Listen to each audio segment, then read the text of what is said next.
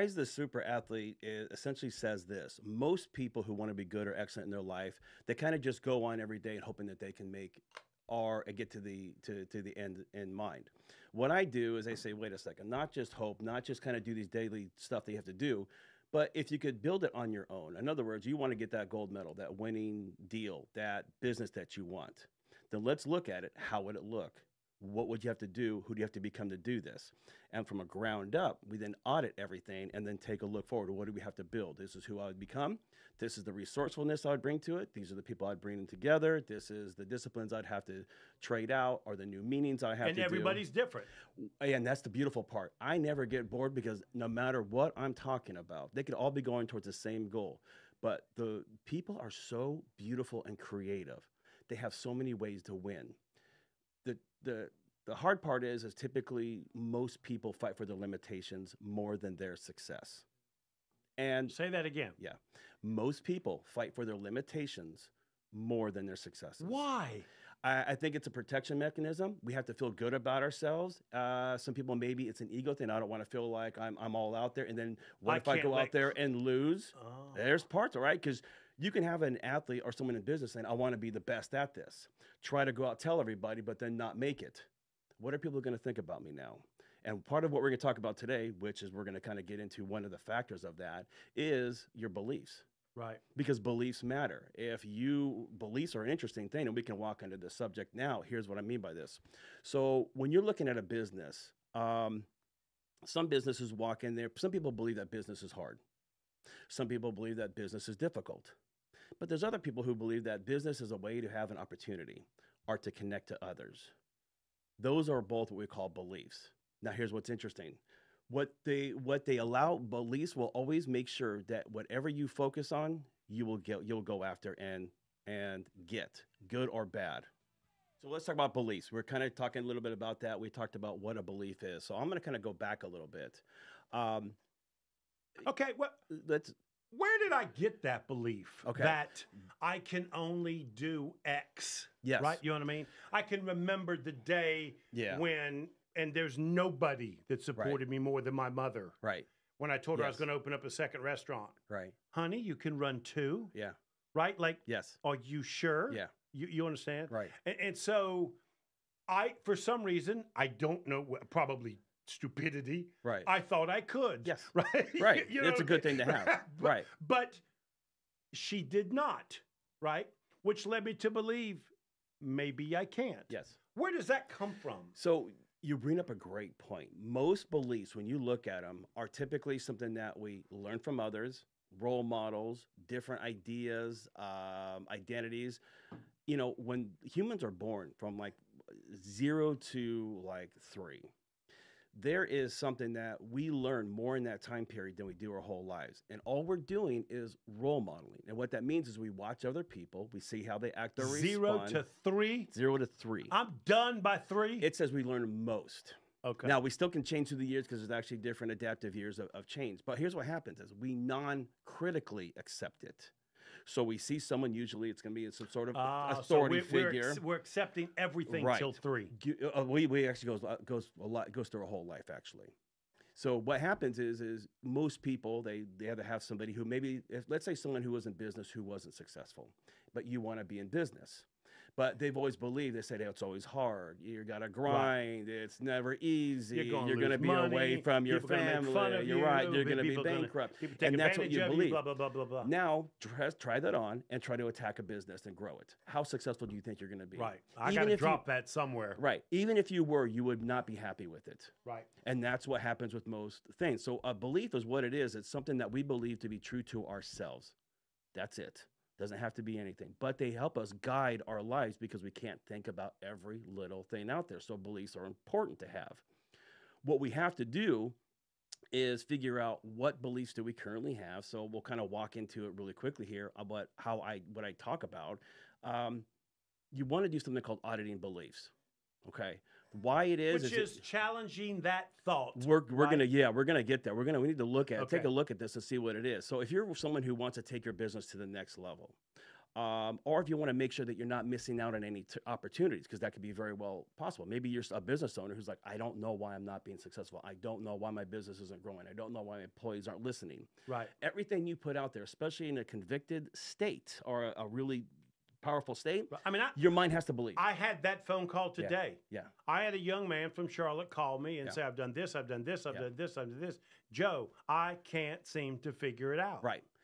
And that would be what? How are you asking that question? What is it you believe? What's kind of going behind the motive? It's the same thing if I'm working with an athlete. They can believe they're going to be the greatest, but if some role model said it's going to be hard work, you're never going to be happy, you're going to be away with family, you're never going to be, enjoy yourself. And let's say one of their values is, I want to be close to my family and friends, but what they're doing, they can't do that. Right. Now you're going to have what we call a conflict. So you'll always be chilling this way. You'll never really be happy, but you're never. There we go. I couldn't connect this. Now I got it. Yes. So that's what we're looking at. Core value. Yes. That I really can't lose because it's me, right? It's who I am. It conflicts with the other interests I have of being successful. Exactly. Because if I have a value that says family means everything, but I want to become powerful in business, a big business owner, multimillionaire, whatever that goal is. And you're like, okay, I can be good over hours here, a week to do it, but I can't be here. Why am I not happy? This is where people say they can become multimillionaires and not be happy, while someone who cannot have money be happy. It's just how you have to define it. So what we do is we design an opportunity that says, wait a second, let's go ahead and audit this. Let's take a look at what we're trying to do. The very first step is what we're talking about here is for your business. You need to identify what your current beliefs that you have about it. And I don't think I could do that on my own. In other words, I do need you to kind of throw this off of, because if not, I probably would miss the mark. Right. Well, let me ask you a question. Say, what do you believe for your business? What is one of your beliefs that you have for your business, for example? Well, you and I've kind of had this conversation before. For me, I thought when I very first got started, it was because I wanted to make a lot of money. Yeah. But it wasn't. Right. I wanted my time to be my time. There we go. That was my core. Right. It was never money. Right. It was my time is my time. Right. But it took years for me to realize that, because I would tell people I'm in business because I want to make money. Because it sounds good to everyone else. It sounds good. Right. And that's what typically most people do. They get in there because maybe they didn't like their work. Someone else got into business. They believe it's the only way. But they've never really looked at it. They've never considered what it really means. So you have to look at your current beliefs. What are the good ones? And what are the bad? List them all out. Right. This is where you have to be almost like naked with them and be real. What's really happening here? Once you do that, you're then going to evaluate those current beliefs. Because for me, if you look at that and that's my core, I have to be self-employed. Yes. Right. Like I cannot allow somebody else to have my time. Right. I didn't say I won't work. Right. I work 72 hours a week if I have to, right? Absolutely. When I want to. Right. Right. And so because of that, I have to. My choice is I must be self-employed, right? Right. But somebody else might have a different role. 100%. And the answer may come back, self-employment may not be right for you. That's it. But here's the thing about it. Most people get into those decisions without even really thinking about it. They go, well, I know somebody who's done this. I'm going to kind of copy the model. I'm going to do like a McDonald's, whatever else, and I'll do this. But it's like you kind of have a direction where you want to go, but there's no map to get there. So you start driving crazy. You get in the car, you're driving around, and you're wondering why you're falling off the cliff all the time, or you're hitting all the different signs, and you're not doing what it is. It's because you haven't defined, okay, if I'm doing business, one of the first questions you want to ask about your beliefs, you would want to ask yourself, are they helping my business to grow or not? That would be one of the first questions after you do your list. Okay, so you take a look at a current belief. Customers are hard to find. Well, is this helping my business? Well, no, we're going to audit that. That'll be number 3. Okay, we want to change that. Are they helping you find opportunity? Beliefs are like a laser. They will always help you define whatever is important to you on a belief.